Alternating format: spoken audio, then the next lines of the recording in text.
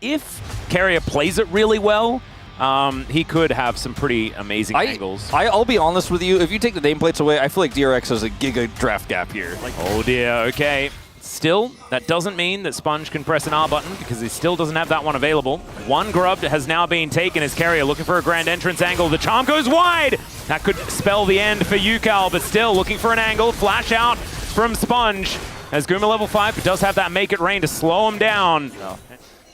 Splat on the windshield kind of situation. Yeah. But he flashed it. It's okay. He's good. Yeah. So no insects for Andil, and that is a good thing. Yeah. 3 grubs went over to T1, but that is it when it comes to the objectives.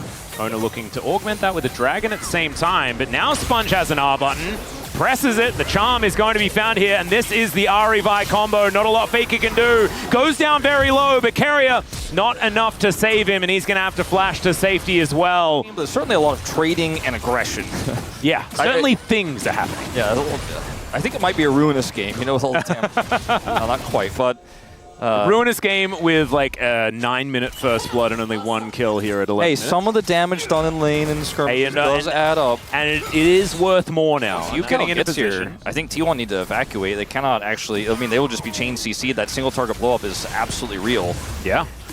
So Smite going to be invested here, and it looks like DRX are just going to give up the remaining 2 grubs. We can't engage on them, and also we're losing plates, so they had to make the decision to back away. Ooh, another Smite actually available here for Sponge, so he'll be able to grab the second one, but still 4-2. T1 going to have some Void Mites to help them out, and that's going to be feeling pretty good. Really do like how T1 are using turrets and lane pressure to help secure these objectives. He's backing and doesn't have teleport, so it looks like it is just going to be a give up on the dragon type scenario. Potentially first brick here on this dive if they commit. Yeah. They won't though. So it is just the dragon going down. Mountain Soul this game as well. Their way over. Sonic Wave going to go wide. And it was some fancy footwork, but now Faker looking to try and take this turret down. And the turret means feats of strength for them if he actually takes it. So it's worth if they just give this up. TP going to come down to try to defend it. Yeah, so down he goes. Faker should just be able to focus on this though, and you can see that is exactly what he wants. And there it is. Feats of strength going on over, and the charm is even going to miss. Faker, I feel like he has lost lane twice in a row, but is always the one that finds the most advantages. By finishing it off, and that's exactly what he did. Ooh, Owner and Carrier all diving in. There's a public execution, and Rich, in the blink of an eye, is just dead. Yeah, you saw that little head movement there, and the player cam, he's just like, well, I guess I'm dead. I don't know what I'm supposed to do there. Pulling it out of some big turrets that T1 are killing with their grub lead. Still connects. Nice catch by Owner. Yeah, it may have missed, in fact. As cease and desist does come on through, Owner will, in fact, cease and or desist the living thing. And Teddy's going to be able to grab himself a kill. That was almost an inner turret taken down. Though, is going to take the majority of his health bar. And, yeah, he's not feeling too great about it. Does get a bit of a heal as that's a great charm from UCAL. But another public execution as Teddy flashes out of the way and will be able to survive.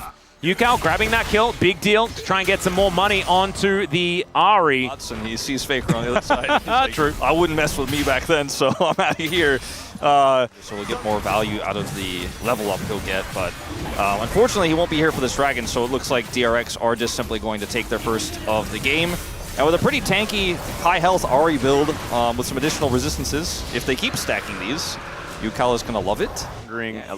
Because I often say about things written on tins, yeah, what does it actually say on the tin? Is we're going to have to hold that thought. Owner throwing Sponge out of there. Delivered underneath the turret is slightly suboptimal, and immediately Sponge just goes down. Can they get the answering kill, though, as Doran is dancing away from the fight? Charm connects onto Faker, but he is still looking for more. Chains go wide. Rich still at full health, and Faker may have overextended, but he's got another dash. The cavalry are coming down, but they're seen on the vision as the quickness dives forward, and there's the bullet time. They take down the Rakan, though. It was an awkward situation, and the turret is also going to fall. They do end up pulling it off, grabbing that turret. The game is still even. They're looking for another turret here to make it basically dead even in terms of gold. Yeah, slight advantage, in fact, here for DRX. So much vision control. It's really tough for T1 to fight into this. Yeah, so much of this vision has already been taken away here as they can just wait out the Sonic Wave. Look at how careful Teddy is positioning. He's like, I'm way back. Yeah, and he needs to stay away from Faker because a hijacked arrow could be a real big deal. Exactly. for T1 as Carrier on that flank angle, and he gets into the pit. Now it's an opportunity to kick out onto Andal through Rich here, but it is going to be Faker that locks down the Dragon. That's kind of crazy. Sponge goes in, but Rich is in amongst it as well. The bullet time interrupted pretty quickly, but DRX are just kind of melting. Finally, they find some angles, and Rich getting the huge heals as he looks to exit. It was an even fight until then. Faker dives forward, looks for Rich, but he doesn't get it. The Infernal Chains, and it's UCal that locks down the kill. Orbit Deception coming on through here, but there's a right click, and Gumayushi's able to take down the Ahri. In game one, There is not a single ward. Yeah, it's exact same situation as game one. All right, well, the arrow is going to connect onto Doran. This Otacon is extraordinarily low as UCal looking to make his way in. The public execution is fantastic as Faker is going to turn up as well. He picks up an arrow. Down goes Carrier to start this one off, but Faker's gone golden. He's bought so much time, and Rich just cannot do enough. He's now looking to get onto Doran in that backline, but he's just a distraction. As now Rich flapping after them, looking for a bit of an angle here. Go a little bit wide. But yeah, I mean look, that bullet time just didn't feel like it did quite enough as Doran once again caught out of position. The Infernal Chains pulls him back, but he uses the ulti, and Sponge is actually the one that falls down. This time, Carey is able to keep himself alive, and Rich is trying to be the hero, but it's not enough. He's CC'd and put down, and now T1 will find themselves that advantage they've been looking for. And we had the fight, you know, we jumped into it a little bit late. I'd love to see exactly how the setup worked and how T1, how DRX thought they were going to win that exchange or the engage there, but put themselves in such a risky spot, and Teddy is just not able to actually front to back with his team when the front line goes in that deep. And I'm sorry, that's all I got. You guys were way too far away. You were way too split. I can't offer anything here. And that's that. That's Otacon. That's Baron. We've seen this before. But with a Mountain Soul available, I think Faker is definitely just a distraction at this point in time. Yeah, I mean, DRX are playing like they're the ones who have the withdrawals. Oh, good dash to get out of the way of the arrow. And in the meantime, it is going to be Mountain Soul. Faker will be taken, or at least withdrawn. And now they're going in. Okay, Carrier is going to deliver Sponge to the rest of the team. And I don't know about that one.